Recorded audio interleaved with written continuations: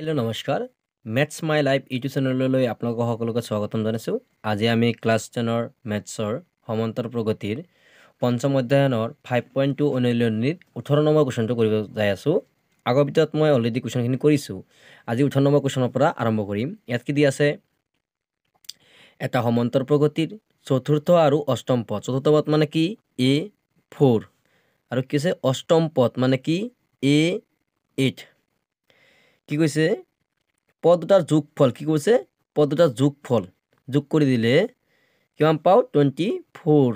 কুৱেশ্যনটো বুজি পাইছেনে, যে সমান্তৰ প্ৰগতিৰ চতুৰ্থ পদ মানে A4 আৰু অষ্টম পদ মানে A8 পদ দুটা কি যোগফল, যোগ কৰিলে কি পাম 24। এইখিনি বুজি পাইছেনে। আৰু কি কৈছে ষষ্ঠম আৰু দশম, ষষ্ঠম মানে কি A6, দশম মানে কি A10। ঠিক আছে, এই দুটা পদ কি কৈছে যোগ কৰিলে কিমান পাম 44। এতিয়া এই যে ইয়াৰ পৰা আমি এৰ মানটো ওলাব লাগিব, ডিৰ মানটো ওলাব লাগিব। এ আৰু ডিৰ মানৰ সহায়ত এটা সমান্তৰ প্ৰগতিটোৰ প্ৰথম তিনিটা পদ মানে A3, A2 আৰু A1, মই উল্টাই কৈছোঁ A1, A2, A3 তিনিটা পদ আমাক ওলাব দিছে। ঠিক আছে, এই তিনিটা ওলাবৰ কাৰণে আমাক কুৱেশ্যনখিনি কৈছে। তেতিয়াহ'লে আমি কেনেকৈ লিখি ল'ম প্ৰথমে, আৰু আমি কিভাৱে A1, A2, A3 মান ওলাব পাৰিম আৰু এৰ মান আৰু ডিৰ মান ওলাব পাৰিম, তোমালোকে চোৱা। মই এতিয়া কুৱেশ্যনখিনি চিষ্টেমেটিক কৰিবৰ কাৰণে চেষ্টা কৰিম। চোৱা, মই প্ৰথমে লিখিছোঁ যে ধৰা হ'ল AP2 প্ৰথম পদ A, যিটো আমাক ওলাব লাগিব, আৰু সাধাৰণ অন্তৰটো কি D, এইটো আমাৰ ওলাব লাগিব। তাৰ কাৰণে দুটা আমি ধৰি লৈছোঁ A আৰু D বুলি। এতিয়া প্ৰশ্নমতে প্ৰথমটো কি আছিল A4ৰ মান, মানে প্ৰথম 4 নম্বৰ পদৰ লগত যদি 8 নম্বৰ পদটো যোগ কৰি দিওঁ কিমান পাওঁ 24 পাওঁ। তেনেহ'লে আমি এই 4 নম্বৰ পদটো কি লিখিব পাৰিম, আমি জানো যে যিকোনো পদ ধৰা এনেকুৱা যদি লিখা থাকে যে A4, আচ্ছা A4ক আমি ফৰ্মুলা অনুযায়ী আমি কি লিখিব পাৰিম A প্লাছ 3D, বুজিছানে। A প্লাছ 3D মানে বুজিছানে কেনেকৈ কিয় কাৰণে লিখিছোঁ A প্লাছ 3D। ঠিক আছে, এইটো তুমি ফৰ্মুলাত এনেকৈ ক'ব পাৰা AN equal A plus N minus 1D। আচ্ছা, এতিয়া এই এনৰ মান যিকোনো মানুহ এনৰ মান কি 4, তো গতিকে A প্লাছ এনৰ মান কিমান 4, 4ৰ পৰা 1 মাইনাছ কৰি D কৰি দিলে হ'ল। অৰ্থাৎ কি হ'ল A প্লাছ 4ৰ পৰা 1 গ'লে কিমান 3, লগত আছে D, মানে A4ক আমি ডাইৰেক্টলি লিখিব পাৰোঁ A প্লাছ 3D। সেইটো আমি লিখিছোঁ যে A প্লাছ 3D। A4ক আমি লিখিব পাৰোঁ A প্লাছ 3D। আৰু A8ক তেনেহ'লে যদি এই AN equal A plus N minus 1Dৰ লগত যদি ফৰ্মুলা যদি মই এতিয়া এনৰ মান যদি 8 পাতি দিওঁ, তেনেহ'লে কি হ'ব A প্লাছ এনৰ ঠাইত 8 পাতি দিলোঁ মাইনাছ 1 ডিভাইড বাই ইনটু D।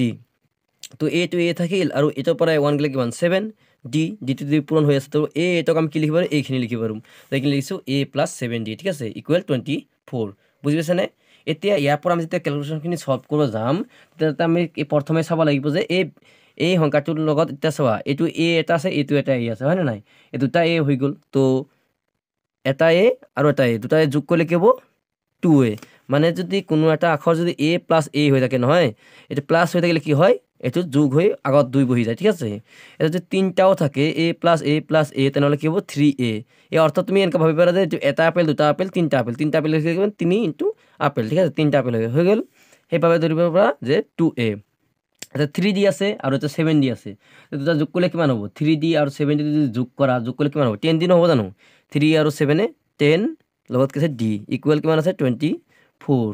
বুজিছা নাই এইখিনিলৈকে। এতিয়া চোৱা, এইখিনি লিখাৰ পিছত আমি চাব লাগিব যে এই দুটা সংখ্যাত গোটেইটা কি 2ৰে হৰণ যায়। ঠিক আছে, তো গোটেইটা যদি 2ৰে হৰণ যায়, আমি সংখ্যাটো আৰু যদি এনেকৈ যদি ভেজাল লাগে চাবা যে এইটো 2ৰে হৰণ যায়, এইটো 2ৰে হৰণ যায়, 2ৰে হৰণ যায়, মানে সংখ্যাটো আমি সৰু কৰি দিম। ঠিক আছে, তাৰ কাৰণে আমাৰ কৰোঁ তাৰ মান ইজি হ'ব। তো এইটো 2ৰে হৰণ কৰি দিলে এই এৰ মানটো আমি ডাইৰেক্ট পাই যাম। কেনেকৈ 2A ইয়াকো 2ৰে হৰণ কৰিলোঁ, প্লাছ 10D ইয়াকো 2ৰে হৰণ কৰিলোঁ, 24 ইয়াকো 2ৰে হৰণ কৰিলোঁ। এতিয়া আমি 2ৰে হৰণ কৰাৰ উদ্দেশ্যটো কি, কিয় কাৰণে আমি 2ৰে হৰণ কৰিলোঁ, অৰ্থাৎ আমি ইয়াতে এৰ মান বা ডিৰ মান এটা মানে ইয়াৰ আগত থকা সংখ্যাটো নোহোৱা কৰিব লাগে। ঠিক আছে, তাৰ কাৰণে চোৱা ইয়াত এৰ মানৰ আগত কি আছে 2 আছে, 2 তুমি সৰু নম্বৰ, তো সৰু নম্বৰে গোটেইখিনি আকৌ চাব লাগিব যে 2ৰে এইকেইটা সংখ্যা হৰণ যায় নে নাই। যদি যায় তেনেহ'লে 2ৰে আমি গোটেইটা নম্বৰে হৰণ কৰি দিলোঁ। অৰ্থাৎ এই 2 কাটি কেঞ্চেল কৰিব পাৰিম।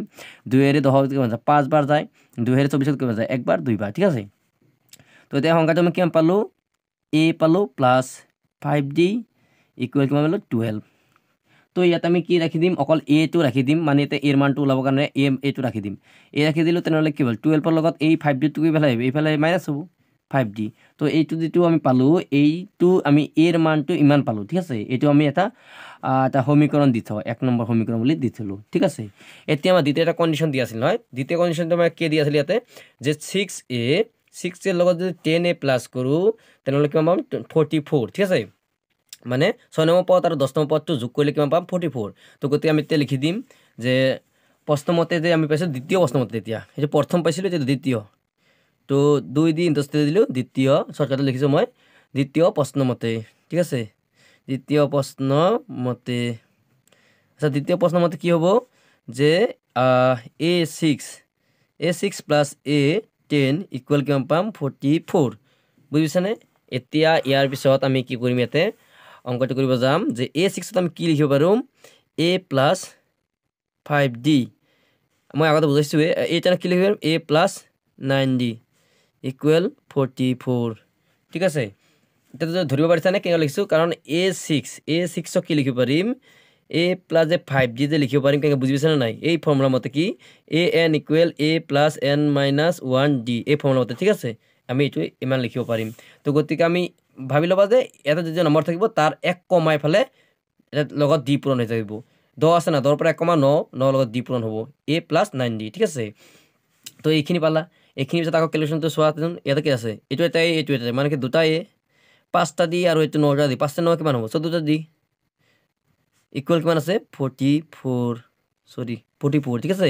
এতিয়া চাচোন এইটো যদি আমি মানটো যদি চেঞ্জ কৰিব যাওঁ তেনেহ'লে গোটেইটা কি হ'ব এটা 2 দি হৰণ যায় এটা 2 দি হৰণ যায় তাহলে কি কৰিলাম যে 2a ডিভাইড বাই 2 প্লাস 14d ডিভাইড বাই 2 ইকুয়াল 44 ডিভাইডেড বাই 2 এটা গোটেইটা 2 এর কাটি দিয়া 2 এর কেবার দেব 7 বার 2 এর কেবার দেব 2 বার মানে 22 বার থাকিল কি মানে এতিয়া a প্লাস 7d ইকুয়াল 22 বুঝিছানে এতিয়া আকৌ আমি ইয়াতে কি কৰিম আমি অকল এৰ মানটো ৰাখিম আৰু বাকি মানখিনি ইফালে লৈ যাম তো অৰ্থাৎ a ইকুয়াল 22 minus 7d এটা দিলো সেকেন্ড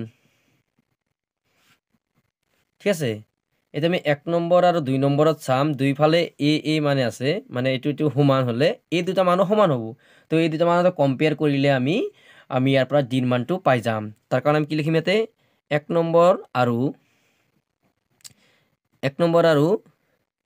2 নম্বৰ ঠিক আছে 1 নম্বৰ আৰু 2 নম্বৰৰ পৰা 1 নম্বৰ আৰু 2 নম্বৰৰ পৰা কি কৰিম 1 নম্বৰ আৰু 2 নম্বৰ পৰা চাম যে ইফালে এৰ মানটো ইফালে এৰ মানটো আছে মানে লেফট হ্যান্ড সাইডটো ইকুয়াল আছে তাহলে রাইট হ্যান্ড সাইডটো ইকুয়াল হ'ব তো গতিকে আমি বাকিখিনি লিখি দিম যে 12 minus 5d equal 22 minus 7d তো গতিকে যেগুলা d থকা মান আছে সেই মানখিনি আমি একসাথে লম আৰু আৰু বাকিখিনি মানখিনি মই একসাথে লম তো কি মান আছে 5d তো লিখি দিলো -5d আৰু -7d টো ইফালে আহিলে কি হ'ব প্লাস 7d ইফালে কেমন থাকিল 22 এই 12 টো ইফালে আহিলে কি হ'ব মাইনাস হ'ব তো গতিকে এটা -5d আৰু এটা কি আছে কি লিখিলো -5d আৰু 7d তো ইয়াৰ পৰা তুমি লকে চোৱা তেনেকে থাকিব কেনা দুটা দি থাকিব কাৰণ অৰ্থত আমি যদি 7 ৰ পৰা -5 কৰো কিমান থাকিব 2 থাকিব ন তো ইয়াতে কিমান হল 2d ইকুৱেল আৰু 22 ৰ পৰা 12 গলে 22 ৰ পৰা যদি 12 বিয়োগ কৰি দাও কিমান থাকিব তেনেহলে 2 ৰ পৰা 2 গলে 0 হয় ইয়াতে 2 ৰ পৰা 1 গলে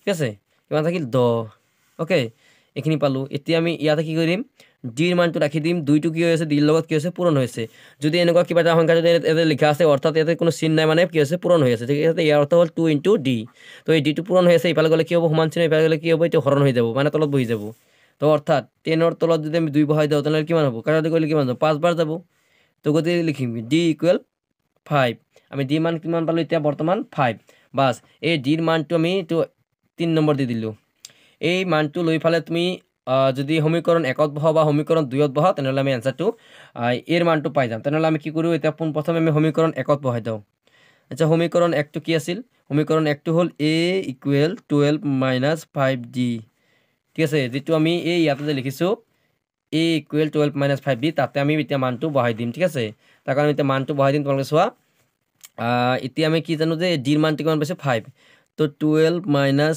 5 ডিৰ মান কিমান আছে 5। তো এই দুটা 12 থাকিল, এইটো মাইনাছ মাইনাছ কি হ'ল, দুটা পূৰণ কৰাৰ পাছত কিমান হ'ল 25। 25 পূৰণ কৰাৰ এতিয়া এনচাৰটো আমাৰ কিমান ল'ব, এটা ল'ব চোৱা -13। এৰ মান কিমান পালোঁ আমি -13, গম পালানে? এতিয়া এৰ মানটো ওলোৱা হ'ল আৰু ইফালে ডিৰ মানটো ওলোৱা হ'ল। যিটো আমাৰ মানে প্ৰশ্নত যে আমি কৈছিলোঁ যে আমাৰ কি লাগিব, এৰ মানটো লাগিব আৰু ডিৰ মানটো লাগিব, ঠিক আছে। এই যে আমি ইয়াতে যে প্ৰথমে আমি যে কৈছিলোঁ যে আমাৰ কি মান ওলাব লাগিব, যে এৰ মানটো ওলাব লাগিব, ঠিক আছে। এনেকৈ ক্ৰছ কৰি দিওঁ যাতে বুজোঁতে সুবিধা হয়। এইটো যে প্ৰথমে আমি কৈছিলোঁ যে এৰ মানটো ওলাব লাগিব, ডিৰ মানটো ওলাব, দুটা ওলাই দিলোঁ। এতিয়া আমাৰ এইখিনি মান ওলাব লাগিব, হয় নে নাই? তাৰ কাৰণে আমি এতিয়া ওলাম, নহ'লে চোৱাতেও এইটো এৰ মান হ'ল 13 -13 আৰু ডিৰ মানটো হ'ল এইটো 5, ঠিক আছে। এতিয়া আমি যিটো সমান্তৰাল পদ্ধতিত আমি এৰ মান পাই গ'লোঁ, ডিৰ মান পাই গ'লোঁ, তেনেহ'লে আমি যে বাকীগিলা যে মানখিনি ওলাব সেই মানখিনি এতিয়া ওলাই দিম। এতিয়া চোৱা আমি লিখি দিম যে এতেকে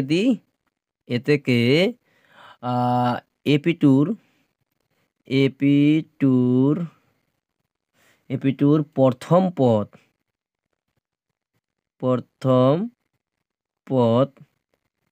এ, যিটো আমি কিমান পাইছোঁ -13, অ'কে। আৰু কিছু সাধাৰণ অন্তৰটো কি পাইছোঁ, সাধাৰণ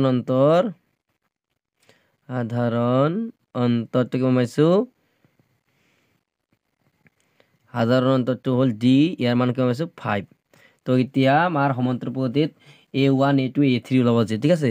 তো A1 মান কি হ'ব, A1টো -13 হ'ব আৰু A2ৰ মান কি হ'ব A প্লাছ ডি। তো অৰ্থাৎ এৰ মান কিমান -13 প্লাছ ডিৰ মান কিমান 5, তো কিমান হ'ল -8। আৰু A3ৰ মান কিমান হ'ব A প্লাছ 2D। তো এৰ মান যদি -13 হয় প্লাছ 2 ইন্টু ডিৰ মান কিমান 5, তো গতিকে -13 আৰু 5 দুগুণে কিমান হ'ব 10, তেনেহ'লে কিমান থাকিল -3। তো A1ৰ মান কিমান পালোঁ, A1ৰ মান পালোঁ -13 আৰু A2ৰ মান কি পালোঁ -8, A3 মান পালোঁ কি -3। এতিয়া আমি লাষ্টত এতিয়া লিখি দিম, তোমালোকে বেকেট নকৰিবা দেই, মই বুজাৰ কাৰণে তোমালোকক এইটো কালাৰিং কৰি দিছোঁ, তোমালোকে হেৰি নকৰিবা, এনেকৈ বেকেট দি থৈ নিদিবা এক্সামত। এতিয়া লিখা এপিটোৰ প্ৰথম তিনিটা পদ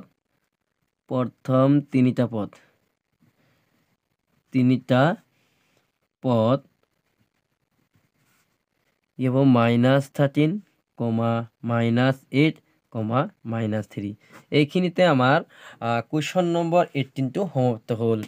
বেচিকেলি কুৱেশ্যনটো আমাৰ লেন্থি হৈছে, কিন্তু মই গোটেইখিনি বুজাবৰ কাৰণে চেষ্টা কৰিছোঁ। তোমালোকে চাই ল'বা, মই তলত ধুনীয়াকৈ লিখি দিছোঁ, অ'কে। বুজিব চেষ্টা কৰিবা, আৰু মই টাইম লাগিলেও কিন্তু লেন্থি হৈছে, কিন্তু ভিডিঅ'টো মই ধুনীয়াকৈ বুজাবৰ কাৰণে চেষ্টা কৰিছোঁ, ঠিক আছে গাইজ। মই নেক্সট ভিডিঅ'ত নেক্সট কুৱেশ্যনটো কৰিবৰ কাৰণে চেষ্টা কৰিম।